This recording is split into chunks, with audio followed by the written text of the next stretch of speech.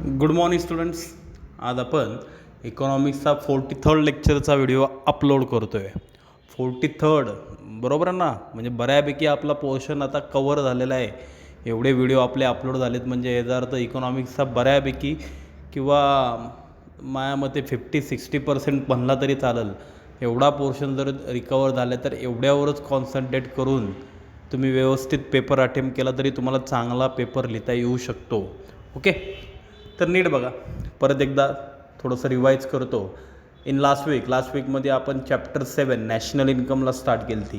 What is the meaning of national income? National income means income of the country, बस. बरोबर. जसं स्वतःचं individual income असतं, स्वतःच्या फॅमिलीचं फॅमिली इन्कम असतं, तसंच आपल्या कंट्रीचं, आपल्या देशाचं पण इन्कम काढलं जातं, त्याला नॅशनल इन्कम म्हणतात. मग नॅशनल इन्कम कसं काढलं जातं, बरोबर ना? तर 2 प्रकारे काढू शकतो आपण. सगळ्यात महत्त्वाचं, समजा मी तुम्हाला विचारलं बाबा फॅमिली इन्कम तुमचं विचारलं मी, okay, what is your family income, तर तुम्ही तुमच्या फॅमिलीचं इन्कम कसं काढताल? The number of total person, जेवढे पर्सन तुमच्या घरामध्ये कमवतात, म्हणजे तुम्ही कामाला जाता, तुमची आई कामाला जाते, तुमचे वडील कामाला जातात, तुमचा एक भाऊ कामाला जातो, तर सगळ्यांच्या इन्कमची टोटल करतात. So by adding all incomes you will get your final family income. अशा प्रकारे तुम्ही तुमचं फॅमिली इन्कम काढू शकता. मग सेम तसंच नॅशनल इन्कम जर काढायचं असेल तर जेवढी working population in our country, जेवढी माणसं देशामध्ये काम करतात, प्रत्येकाचं इन्कम लिहून सगळ्यांच्या इन्कमची जर टोटल केली तर आपण नॅशनल इन्कम तसं फाइंड आउट करू शकतो. किंवा एवढं प्रत्येकाला विचारत बसण्यापेक्षा अजून एक मेथड आहे की ज्या प्रकारे आपण त्या मेथडनी सुद्धा आपण नॅशनल इन्कम काढू शकतो. ती कुठली मेथड? म्हणजे प्रत्येकाच्या घरी जाऊन प्रत्येकाचं इन्कम विचारण्यापेक्षा आपण एक काम करू शकतो, प्रोडक्टिव्ह सेक्टर. म्हणजे भारतामध्ये जिथं जिथं प्रोडक्शन केलं जातं त्या प्रत्येक ठिकाणी प्रोडक्शन, म्हणजे जिथं इंडस्ट्रीज आहेत, कारखाने आहेत, त्या प्रत्येक ठिकाणी जाऊन आपण फायनल गुड्स अँड सर्व्हिसेस भारतामध्ये from 1 April to 31 March financial इयरमध्ये जेवढ्या वस्तू तयार केल्या जातात त्या सगळ्यांची व्हॅल्यू, म्हणजे ती साधी छोटीशी पेन असून दे किंवा मोठी 4 व्हीलर असून दे, जेवढ्या वस्तू भारतामध्ये फ्रॉम 1 एप्रिल टू 31 मार्च या वर्षभरात जेवढ्या वस्तू तयार केल्या जातात त्या सगळ्यांची व्हॅल्यू जर आपण ॲड केली, so by adding we also get national income. तसंसुद्धा आपण नॅशनल इन्कम काढू शकतो. ओके, नक्की कळलं? तर हे आपण याच्या अगोदर भरपूर वेळा मी मिनिंगमध्ये एक्सप्लेनेशन केलेलं आहे. तर लास्ट वीकमध्ये नीट लक्ष द्या, आपण क्वेश्चनला स्टार्ट केली ते. आपण एक फर्स्ट क्वेश्चन बघितला होता, that means features of national income, की नॅशनल इन्कमचे फीचर्स, वैशिष्ट्ये कुठले कुठले आहेत.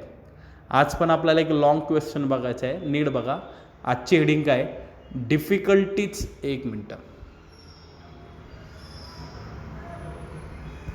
काय हेडिंग आहे? Difficulties in the measurement of national income. जेव्हा नॅशनल इन्कमचं काउंटिंग चालू असतं, मेजरमेंट चालू असतं, त्यामध्ये कोणकोणत्या डिफिकल्टीज मीन्स प्रॉब्लेम्स, अडचणी, कोणकोणत्या अडचणी नॅशनल इन्कम काउंट करताना येतात, तो क्वेश्चन आज बघायचा आहे. बरोबर ना? कारण नॅशनल इन्कम दरवर्षी दाखवलं जातं. मी तुम्हाला अगोदरच गुगलवर सर्च करायला लावलेलं की आपलं नॅशनल इन्कम किती आहे, तर तुम्ही गुगलवर सर्च मारू शकता. तर दरवर्षी जे नॅशनल इन्कम दाखवलं जातं ते ॲप्रॉक्झिमेटली असतं, ॲक्युरेट कधीच नसतं. का बरं कधीच नसतं? कारण त्यामध्ये भरपूर साऱ्या डिफिकल्टीज येत असतात, भरपूर साऱ्या अडचणी येत असतात की ज्याच्यामुळं आपलं national income actually what is shown, जेवढं ॲक्च्युअली दाखवलं पाहिजे तेवढं कधीच दाखवलं जात नाही. ते नेहमी कमी दाखवलं जातं किंवा कधी कधी चुकून जास्त पण दाखवलं जातं. बरोबर ना? Over valued or under valued. त्यामुळे ते ॲप्रॉक्झिमेटली असतं, कधीच ॲक्युरेट नसतं. ते काय ॲक्युरेट नसतं, त्याच्यामध्ये कोणकोणत्या डिफिकल्टीज येतात, अडचणी येतात, ते आज आपल्याला बघायचं आहे. तर नीट बघा, खाली काय दिलं त्यांनी? There are various difficulties in the measurement of national income. की नॅशनल इन्कमचं मेजरमेंट करताना, नॅशनल इन्कमचं मोजमाप करताना देर आर व्हेरियस डिफिकल्टीज, वेगवेगळ्या डिफिकल्टीज, वेगवेगळ्या अडचणींना आपल्याला तोंड द्यावं लागतं. मग त्यामध्ये बघा 2 प्रकार आहेत. ए, थेरॉटिकल डिफिकल्टीज, त्यालाच ऑर कन्सेप्च्युअल डिफिकल्टीज पण म्हणतात. And b, practical difficulties. Theory practical माहिती, मग theoretical difficulties and practical difficulties, अशा 2 डिफिकल्टीज आहेत. बरोबर ना? 2 म्हणजे फक्त 2 नाही, त्यामध्ये सब टाईप्स परत आहेत. पण 2 मेन टाईप्स कुठले आहेत? तर theoretical difficulties and practical difficulties. तर सगळ्या दोन्ही डिफिकल्टीज एकाच लेक्चरमध्ये इम्पॉसिबल आहे. तर आज आपण एक काम करू, थेरॉटिकल डिफिकल्टीज ज्या काय आहेत त्या फर्स्ट आपण एक्सप्लेन करू. ओके, चला मग आपण पहिलं थेरॉटिकल डिफिकल्टीज बघू. काय दिले बघा heading, theoretical difficulties or conceptual difficulties. की नॅशनल इन्कमचं कॅल्क्युलेशन करताना while estimating the national income कोणकोणत्या डिफिकल्टीज, थेरॉटिकल डिफिकल्टीज आपल्याला फेस करायला लागतात ते बघू आपण. त्यातलं फर्स्ट दिलं त्यांनी ट्रान्सफर पेमेंट. ट्रान्सफर पेमेंट म्हणजे काय, तर सगळ्यात महत्त्वाचं नीट बघा, लक्ष द्या. तुमच्या घरात तुमचे वडील कामाला जातात आणि तुमच्या घरात तुमचे आजोबासुद्धा आहेत, ग्रँडफादर, बरोबर आहे ना. वडिलांना 50,000 मंथली सॅलरी आहे, मग 50,000 इंटू 12 दोघांचा मल्टिप्लाय जर केला 50,000 गुणिले 12 तर वडिलांचा ॲन्युअल इन्कम झालं 6 लाख रुपये, 6 लाख रुपये. पण तुमचे आजोबा आहेत ते आता कामाला जात नाही, ते कधीच रिटायर झालेत. पण ते रिटायर जरी झाले असले तरी ते गव्हर्मेंट सेक्टर होते, कुठंतरी बाबा पोलीसमध्ये, आर्मीमध्ये, असं ॲज्युम करा त्यामध्ये कामाला होते आणि त्यांना पेन्शन चालू आहे. त्यांना पेन्शन किती आहे, 20,000 मंथली पेन्शन आहे. मग साहजिक आहे, त्यांना जर पेन्शन आहे तर त्यांचंही ॲन्युअल इन्कम, त्यांना पण पैसे चालू आहेत. घरात बसून असले म्हणून काय झालं, पण त्यांना पण दर महिन्याला पगार भेटतो आहे, पेन्शन भेटते आहे. मग त्यांचं पण इन्कम 20,000 इंटू 12 जर केलं, 20,000ला जर 12नी मल्टिप्लाय केलं तर 2,40,000 आजोबांचं पण इन्कम आहे. पण आजोबांचं इन्कम हे नॅशनल इन्कममध्ये काउंट केलं जात नाही, because it includes in transfer payments. का केलं जात नाही हीच मोठी डिफिकल्टी, तेच बघू आपण. सगळ्यात पहिले ट्रान्सफर पेमेंट म्हणजे काय त्याचा अर्थ बघू. इंडिव्हिज्युअल गेट, की काय काय भारतामध्ये असे इंडिव्हिज्युअल्स आहेत, अशी काय काय माणसं आहेत की ज्यांना पेन्शन भेटती, रिटायर झाल्यानंतर नॉर्मली तुम्हाला माहिती पेन्शन भेटते. अनएम्प्लॉयमेंट अलाउन्सेस, काय काय जणांना काय काय राज्य सरकार, स्टेट गव्हर्नमेंट त्यांच्यातले जे अनएम्प्लॉईड पर्सन असतील, बेरोजगार माणसं असतील, त्यांना अलाउन्सेस देतात, बेरोजगारी भत्ता देतात. आता ॲक्च्युली ते नाही आहे, जुन्या काळी दिला जायचा, आता ते बंद आहे. पण ठीक आहे, तेवढं फक्त एक लक्षात ठेवा. आणि स्कॉलरशिप्स पण असतात. तुम्हाला माहिती आहे की बऱ्याच जणांना स्कॉलरशिप प्रोव्हाइड केली जाते. काय काय हुशार मुलांना एक स्कॉलरशिप वेगळी दिली जाते आणि काय काय जणांना बॅकवर्ड क्लासेस जे असतील त्यांना त्यांच्या जातीनुसार पण स्कॉलरशिप दिली जाते, बरोबर आहे ना. म्हणजे भरपूर जणांना माहिती असतील की बाबा जे बॅकवर्ड क्लासेस असतील त्यांना त्यांची फीज स्कॉलरशिपमधून परत रिटर्न मिळते, बरोबर आहे ना. मग असे हे जे काय नावं घेतली, आत्ता 3 नावं घेतली मी, पेन्शन, अनएम्प्लॉयमेंट अलाउन्सेस आणि स्कॉलरशिप, हे ट्रान्सफर पेमेंटच्या कॅटेगरीमध्ये मोडतात. का बरं, कारण ही जी नावं झाली हा सगळा गव्हर्नमेंटचा एक्सपेंडिचर आहे की जो गव्हर्नमेंट ह्या माणसांवर फुकट करत असतात. एखादा माणूस जेव्हा अप टू 60 इयर्स, 60 वर्ष काम केल्यानंतर जेव्हा रिटायर होतो, तो जोपर्यंत डेथ होत नाही, मरत नाही, तोपर्यंत त्याला ती पेन्शन चालू असते.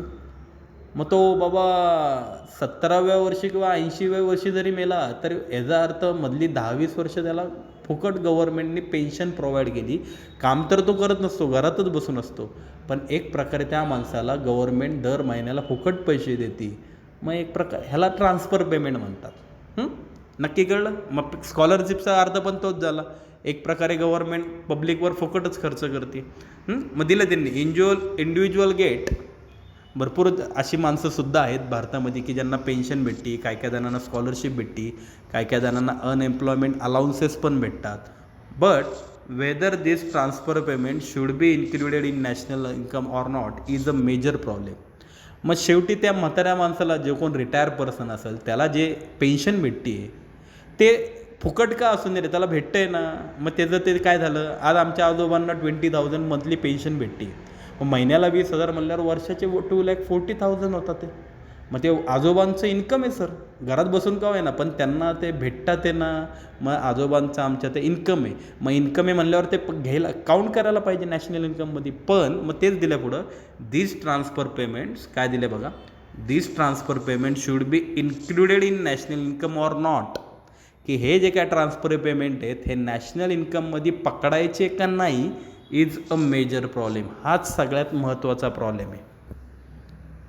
की बाबा ते पकडायचे का नाही पकडायचे हेच अजून डिसाईड होत नाही आहे. का तर पुढं त्यांनी दिले, on one hand they are a part of individual income. एका बाजूने जर विचार केला तर ते इंडिव्हिज्युअल इन्कम आहे. तुमच्या आजोबांचं का होईना, तुमच्या आजोबांचं ते वैयक्तिक इन्कम आहे.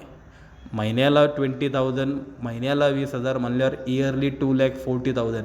आमचे आजोबा वर्षाला 2,40,000 रुपये कमवतात.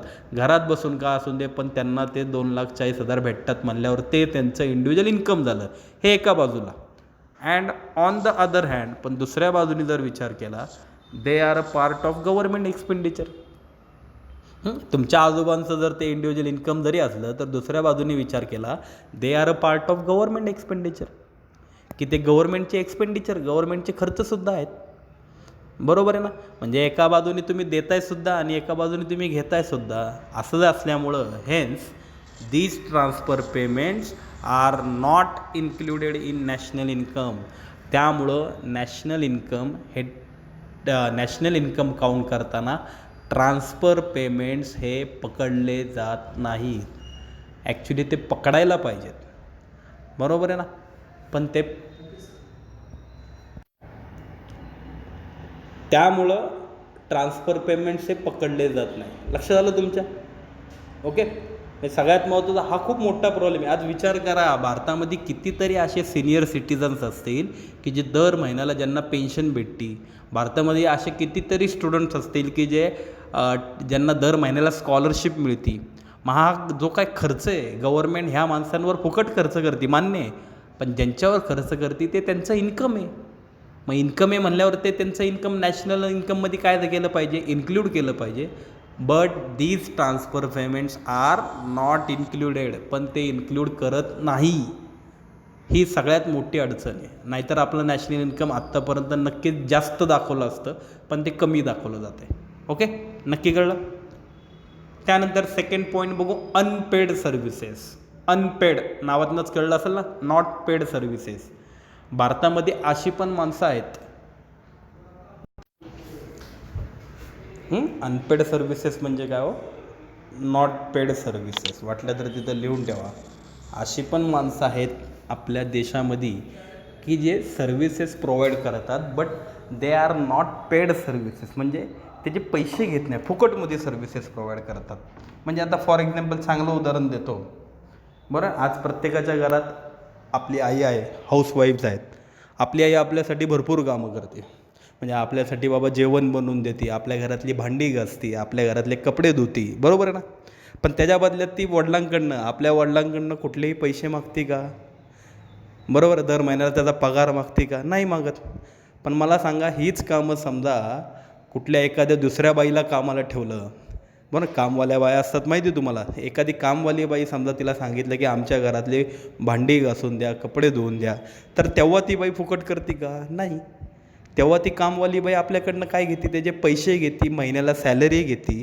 पण तीच कामं जेव्हा आपली घरातली आई करते, हाऊसवाईफ्स करतात, तेव्हा ती फुकट करतात.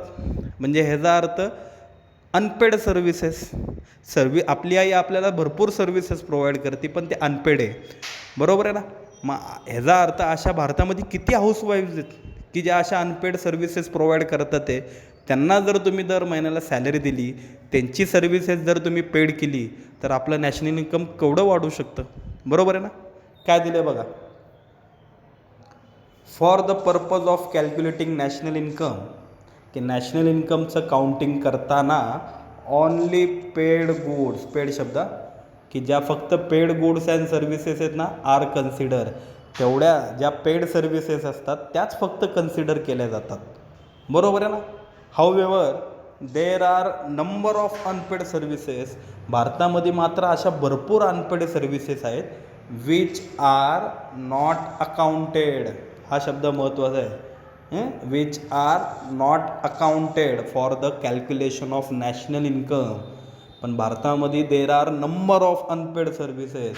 अशा भरपूर अनपेड सर्व्हिसेस आहेत which are not counted for in the calculation of national income, की ज्या नॅशनल इन्कममध्ये काउंट केल्याच जात नाही. बरोबर आहे. फक्त पेडच घेत आहे, पण अनपेड घेत नाही. अनपेड कशा काय घेतील? अनपेड थोडीच पैशामध्ये मोजता येतात. बरोबर ना. मग अनपेड सर्व्हिसेस ह्या इन्क्ल्यूड न झाल्यामुळं आपलं नॅशनल इन्कम खूप कमी दाखवलं जाते. म्हणजे फॉर एक्झाम्पल एक चांगलं एक्झाम्पल देतो. मी जेव्हा तुम्हाला अकाउंट शिकवणं, म्हणजे तुम्हाला अकाउंट शिकवणं आणि मी माझ्या मुलाला अकाउंट शिकवणं, दोघांमध्ये फरक आहे. ज्यावेळेस मी तुम्हाला अकाउंट शिकवतो ती पेड सर्व्हिस झाली, कारण मी तुम्हाला सर्व्हिस देतो पण त्या बदल्यात मी तुमच्याकडनं फीज घेतो, पेड सर्व्हिसेस. पण हेच अकाउंट जेव्हा मी माझ्या मुलाला शिकवल त्यावेळेस मी मुलाकडनं फीज घेणार आहे का? नाही. माझाच मुलगा आहे म्हणल्यावर त्याला कसली फी? मी त्या अनपेड सर्व्हिसेस, त्याला free of service, free of charge मी शिकवणार, मग ती अनपेड सर्व्हिस झाली. मग ह्याचा अर्थ ते मला मुलाला मी जेवढं तुम्हाला कष्टाने शिकवतो त्याच कष्टाने मी मुलाने पण शिकवतो आहे, पण त्याचे मला पैसे भेटतात आहे का? नाही. मग ती अनपेड सर्व्हिसेस आहे. कळलं? मग फॉर एक्झाम्पल दिले त्यांनी सर्व्हिसेस ऑफ हाऊसवाईफ्स, की भारतामध्ये जेवढ्या हाऊसवाईफ्स असतील त्यांची सर्व्हिस असून दे, किंवा the services provided out of love, affection, mercy, sympathy, charity. आपण कधी कधी अनपेड सर्व्हिस प्रोव्हाइड करतो ना, आउट ऑफ लव, कोणाच्या प्रेमाखातीर, अफेक्शन, मर्सी, सिम्पती, चॅरिटी. रस्त्याने बाबा एखादा आंधळा माणूस दिसला तर आंधळा माणसाला साहजिक आहे, रस्ता क्रॉस करायचा असेल तर आपण त्याचा हात धरून करतो ना, त्याचा रस्ता क्रॉस करून देतो ना. मग ती सर्व्हिस एक प्रकारे आपण त्या माणसाला सर्व्हिस प्रोव्हाइड केली, बरोबर आहे. पण साहजिक आहे लगेच त्या आंधळ्या माणसाकडे पैसे मागता का तुम्ही? दे रे बाबा 10 रुपये, रस्ता क्रॉस करून दिला तुझा? नाही ना. आपण त्याला सिम्पती, बाबा आंधळा आहे, अंध व्यक्ती म्हणून आपण त्याची मदत केली, मग ती एक प्रकारे अनपेड सर्व्हिस झाली. अशा भरपूर अनपेड सर्व्हिसेस आहेत, are not included in national income. ह्या सगळ्या सर्व्हिसेस नॅशनल इन्कममध्ये इन्क्लूड केल्या जात नाही, आणि हीच सगळ्यात मोठी डिफिकल्टी आहे. कळलं? पुढची डिफिकल्टी बघू आपण. Production for self consumption. Production for self consumption. Self consumption म्हणजे काय? स्वतःला वापरण्यासाठी. आता मला नीट लक्ष द्या मी काय बोलतो आहे. फार्मर, शेतकरी, तुम्ही फार्मर आहात. तुम्ही ह्यावर्षी बाबा काय लावलं, तुमच्या शेतामध्ये गहू लावला, त्यामध्ये तुमची समजा 10 पोती गहू निघाला तुमचा. यावर्षी तुम्ही 10 पोती गहू प्रोडक्शन केले. सगळीच्या सगळी 10 पोती तुम्ही मार्केटमध्ये विकायला पाठवतं का? नाही बाबा. सर आमच्या घरात पण लागणार आहे ना गहू वर्षभर. मग एक काम करतो, 10 मधले 8 पोती तुम्ही काय करता? सेल, मार्केटमध्ये जाऊन विकता. अँड रिमेनिंग 2, बाकीची 2 पोती मात्र तुम्ही काय करता? सेल्फ कन्झम्पशन, स्वतःला वापरण्यासाठी घरातच ठेवता. त्याला म्हणायचं प्रोडक्शन फॉर सेल्फ कन्झम्पशन. मग हे जे घरात तुम्ही जे ठेवलेत ना 2 वस्तू, ती 2 पोती जी तुम्ही घरात ठेवली ते इन्क्लूड होत नाही ना नॅशनल इन्कममध्ये. कारण नॅशनल इन्कमवाले जेव्हा तुमच्या घरी येतात तुम्ही त्यांना काय सांगता? त्याने तुम्हाला विचारतो किती पोती गहू विकला? तुम्ही मार्केट व्हॅल्यू सांगता सर 8 पोती आम्ही गहू विकला. पण ती 2 पोती जी घरात आहेत ती इन्क्लूड होत नाही ना national इन्कममध्ये.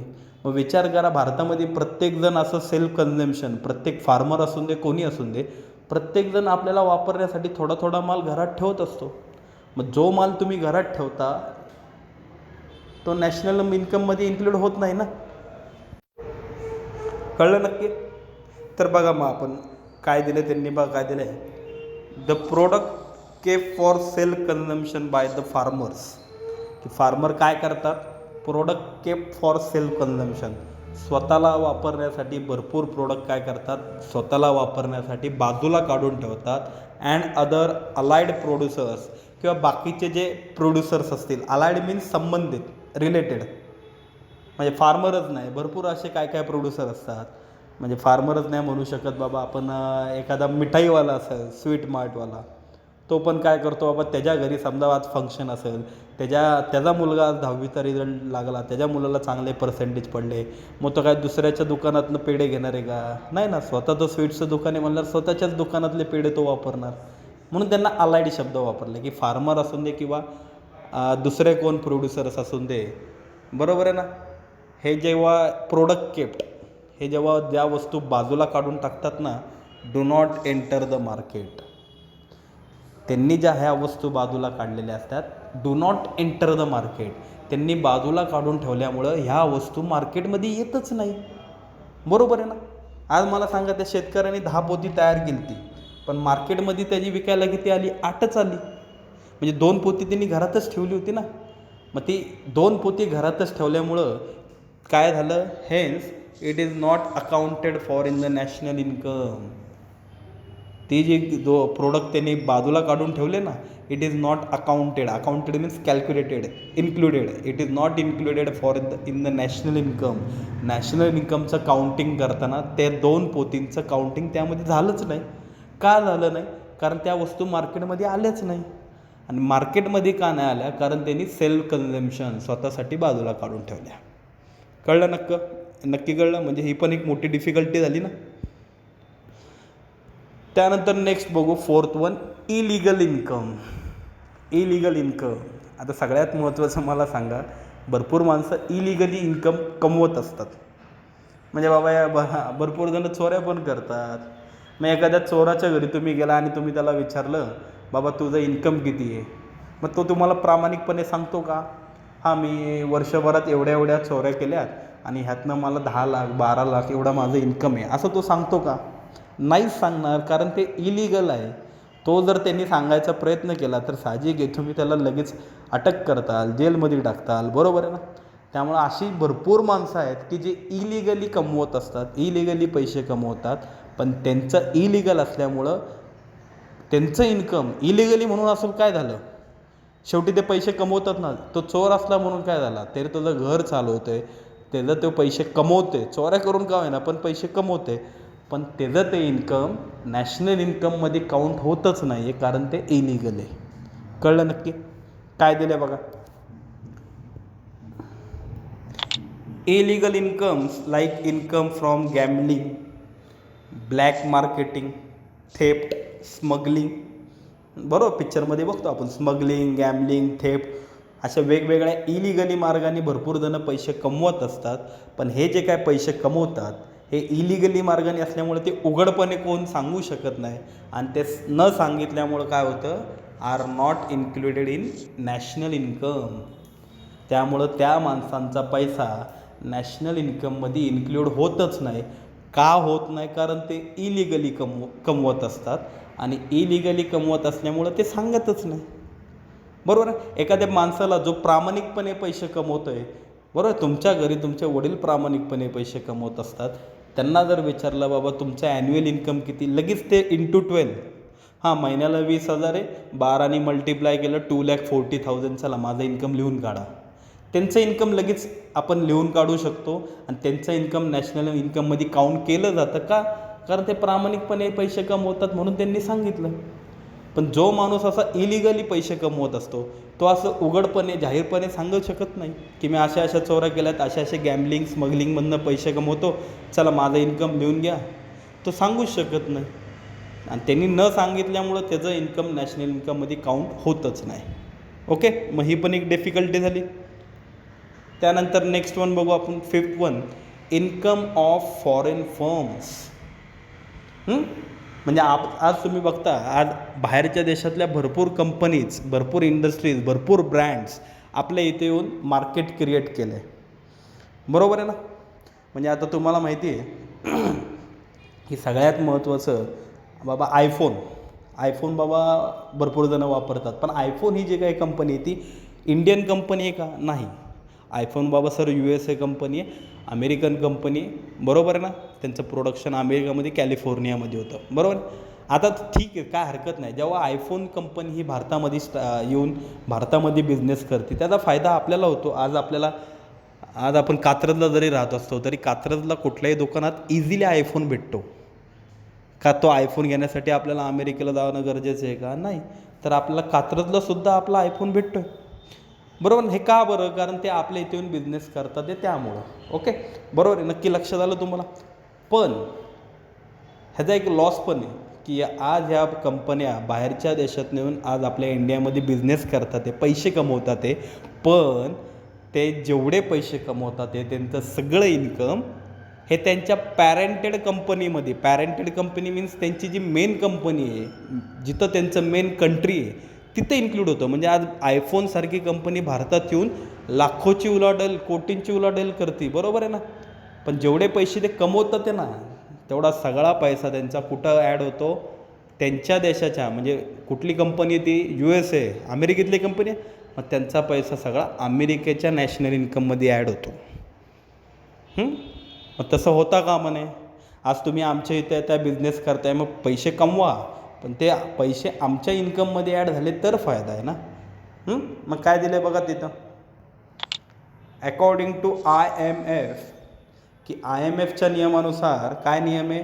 Income of foreign firm की एखादी फॉरेन फर्म, बाहेरच्या देशातली कंपनी जेव्हा आपल्या इथे येऊन पैसे कमवते तेव्हा त्यांचं जे इन्कम असतं शुड बी इन्क्लुडेड. ते इन्क्लुडेड झालं पाहिजे, पण कुठे?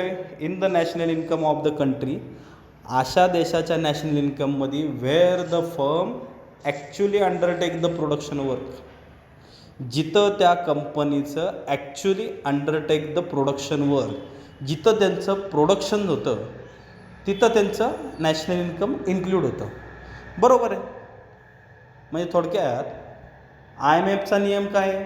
Income of a foreign firm, कुठलाही फॉरेन फर्मचं इन्कम शुड बी इन्क्लुडेड होतं नॅशनल इन्कममध्ये. पण कुठल्या नॅशनल इन्कममध्ये? Where the firm actually undertake the production work, जिथं त्यांचं ओरिजिनल प्रोडक्शन होतं. म्हणजे आज तुम्हाला माहिती आहे, बरोबर आहे ना, की बाबा आज आयफोन वगैरे इथं सगळा इंडियन मार्केटमध्ये अवेलेबल आहे, पण त्याचं प्रोडक्शन कुठं होतं? USA मध्ये होतं. आज ते भारतात येऊन एवढा बिझनेस करतात, एवढा सेल करतात, एवढा माल विकतात. ते मान्य आहे, विकतात ते, पण विकल्यानंतर त्यांचं सगळा जो पैसा कमवलेला आहे तो त्यांच्या प्रोडक्शन वर्क, कुठं त्यांचं प्रोडक्शन होतं? अमेरिकेमध्ये. मग त्यांच्या नॅशनल इन्कममध्ये सगळा पैसा इन्क्लूड होतो. तसं होता कामा नये. आमच्या इथे येऊन एवढा बिझनेस करताय तर तो पैसा आमच्या नॅशनल इन्कममध्ये ॲड झाला पाहिजे. मग ही पण एक डिफिकल्टी, ही डिफिकल्टी चेंज करायला पाहिजे. बरोबर आहे ना. आजकाल तुम्हाला एक बेस्ट एक्झाम्पल देतो. विवो कंपनी तुम्हाला माहिती चायनीज आहे, बरोबर आहे ना. चायनीज जॅपनीज कंपनी आहे. पण आजकाल तुम्ही विवोचं जेव्हा फोन परचेस करता तेव्हा विवोच्या फोनवर मेड इन इंडिया लिहिलेलं असतं, make in India, made in India, बरोबर आहे ना. तर त्याचा अर्थ काय? तर त्याचा अर्थ म्हणजे काय? त्यांचं प्रोडक्शन ॲक्च्युली चायनातच आहे, पण त्यांनी आपल्याला परमिशन दिली की मेक इन इंडिया म्हणजे काय? आज विवो कंपनी भारतामध्ये जेवढा सेल करते, जेवढा पैसा कमवतात तो पैसा सगळा आपल्या नॅशनल इन्कममध्ये, इंडियाच्या नॅशनल इन्कममध्ये ॲड होतो आहे. म्हणून त्यांच्या मोबाईलवर आपल्याला मेक इन इंडिया किंवा मेड इन इंडिया असं दिसतं. म्हणजे ॲक्च्युअल बेस कंपनी, त्यांची मेन ब्रांच, मुख्य कंपनी चायनाची आहे, पण त्यांनी आपल्याला परमिशन दिली की तुम्ही मेड इन इंडिया म्हणून ते जाहिरात करा, की जेणेकरून जे काय पैसे कमवतील ते आपल्या नॅशनल इन्कममध्ये इन्क्लूड होऊ शकतं. ओके. त्यानंतर लास्ट डिफिकल्टी बघू आपण. टोटल 6 डिफिकल्टीज आहेत थेरॉटिकल डिफिकल्टीमध्ये. मग शेवटची बघू आपण, व्हॅल्युएशन ऑफ गव्हर्मेंट सर्व्हिसेस. जशा आपल्या घरात आपली आई हाऊसवाईफ सर्व्हिस प्रोव्हाइड करते ना, अनपेड, फुकट, तसं गव्हर्मेंट पण भरपूर सर्व्हिस प्रोव्हाइड करते की आपल्यासाठी. बघू बरं काय दिलं. Government provides a number of public services.